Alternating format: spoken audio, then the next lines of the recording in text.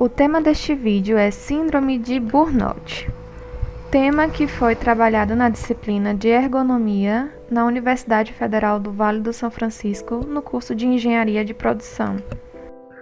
Síndrome de Burnout ou Síndrome do Desgaste Profissional é uma situação caracterizada por exaustão física, emocional ou mental, que surge em virtude de um grande acúmulo de estresse no trabalho ou relacionado aos estudos.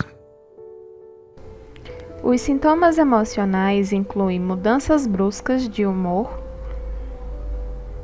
dificuldade de concentração,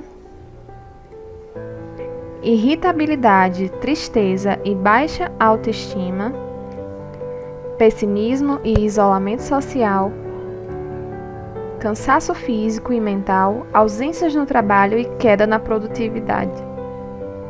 Dentre os sintomas físicos da síndrome de Burnout se encontram a dor no peito, palpitações cardíacas, falta de ar, dor gastrointestinal, tontura, desmaios, dores de cabeça, perda de peso excessivo em virtude da ausência de apetite, fadiga crônica em virtude de estar extremamente exaurido fisicamente e doença aumentada, onde, em virtude de o corpo estar debilitado, esgotado, o sistema imunológico do portador da doença fica enfraquecido, o que torna mais fácil a aproximação de doenças parasitas, tais como infecções, resfriados, gripes e outros problemas médicos relacionados ao sistema imunológico.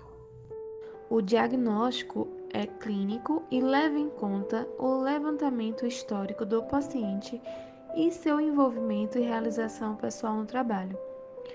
Alguns testes psicométricos, como o questionário baseado na escala Likert, também ajudam a estabelecer o diagnóstico.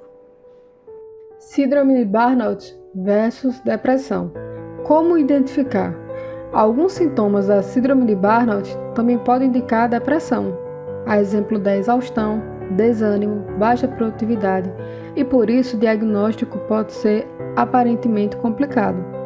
Para diagnosticar a síndrome, o profissional da saúde, que pode ser um terapeuta ou psiquiatra, geralmente identifica os 3 principais sintomas, que são exaustão, menor identificação com o trabalho e sensação de redução de capacidade profissional, e procura saber se esses sintomas estão relacionados ao trabalho. Na depressão, pensamentos e sentimentos negativos costumam estar ligados em todos os âmbitos da vida. Portanto, a principal fonte de diferenciação entre a síndrome e a depressão é o ambiente de trabalho. Tendo em vista que, no caso da depressão, a principal fonte de desconforto não provém do trabalho, e sim da desesperança, tendências suicidas também podem ser manifestados em virtude de todos os ambientes da vida. Muitas vezes, o quadro depressivo pode inclusive ser inicialmente gerado pela síndrome de Burnout, porém, em um estágio mais avançado, ser repassado a uma depressão. As classes mais atingidas são as classes cujos profissionais são das áreas de educação, saúde, assistência social, recursos humanos, agentes penitenciários, bombeiros, policiais, entre outros, que têm envolvimento direto e intenso de forma interpessoal. Possíveis complicações. As pessoas que possuem a síndrome de Burnout podem ter complicações e consequências quando não iniciam o tratamento. Isso porque a síndrome pode interferir em diversas áreas da vida, como a física, laboral, a familiar e a social, além de também poder haver o risco de desenvolver diabetes, pressão alta, dores musculares, dor de cabeça e sintomas depressivos, por exemplo. Essas consequências podem tornar necessário o internamento da pessoa no hospital, para que a partir disso sejam tratados os sintomas. Como deve ser realizado o tratamento da síndrome? O tratamento para a síndrome de Burnout deve ser orientado por um psicólogo, mas normalmente é recomendada a realização de sessões de terapia, que irá ajudar a aumentar a percepção do controle frente a situações estressantes do trabalho. além de melhorar a autoestima e desenvolver ferramentas que ajudam a controlar o estresse.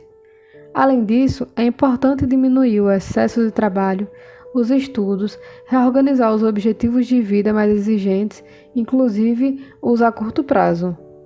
Além disso, desenvolver hábitos saudáveis de vida, tais como a prática de exercícios físicos e uma boa alimentação e, mediante a necessidade, utilização de remédios tais como antidepressivos, conforme a orientação médica. Como evitar?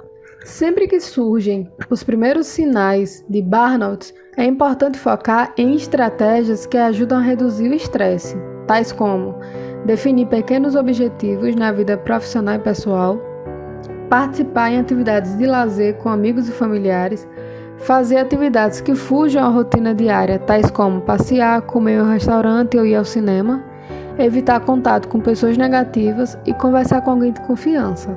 Além disso, fazer exercício físico, como caminhada, corrida, por um período de 30 minutos diário, também ajuda a aliviar a tensão e aumentar a produção de neurotransmissores, que aumentam a sensação de bem-estar. Por isso, mesmo que a vontade de fazer exercícios seja muito reduzida, deve-se insistir na atividade. Segundo o portal de notícias R7, após um ano de pandemia, a síndrome de burnout cresce ainda mais. O aumento do problema está ligado à maior pressão e quantidade de trabalho e falta de limites entre a vida profissional e pessoal. Ele explica que a síndrome, relacionada diretamente à relação da pessoa com o trabalho, está presente em todas as profissões, principalmente as que envolvem muita responsabilidade e pressão, como no caso dos médicos, enfermeiros e demais profissionais que atuam na linha de frente de combate à Covid-19. No mesmo sentido, a Agência Brasil diz que o excesso de trabalho e pandemia pode desencadear a síndrome de burnout, tendo em vista que a sobrecarga do trabalho e o esgotamento oriundo dela podem desencadear e piorar a síndrome, e desse modo estão chamando a atenção dos profissionais da área médica do trabalho. Assim, eles indicam a necessidade de maior atenção aos sintomas durante o período de tensão e fadiga provocados pela Covid-19, que trouxe a necessidade de manter o isolamento pelo máximo de tempo possível. Já de acordo com a Forbes, a OMS incluiu a síndrome de burnout na lista de doenças. Desse modo, a síndrome foi incluída na classificação internacional de doenças da Organização Mundial de Saúde.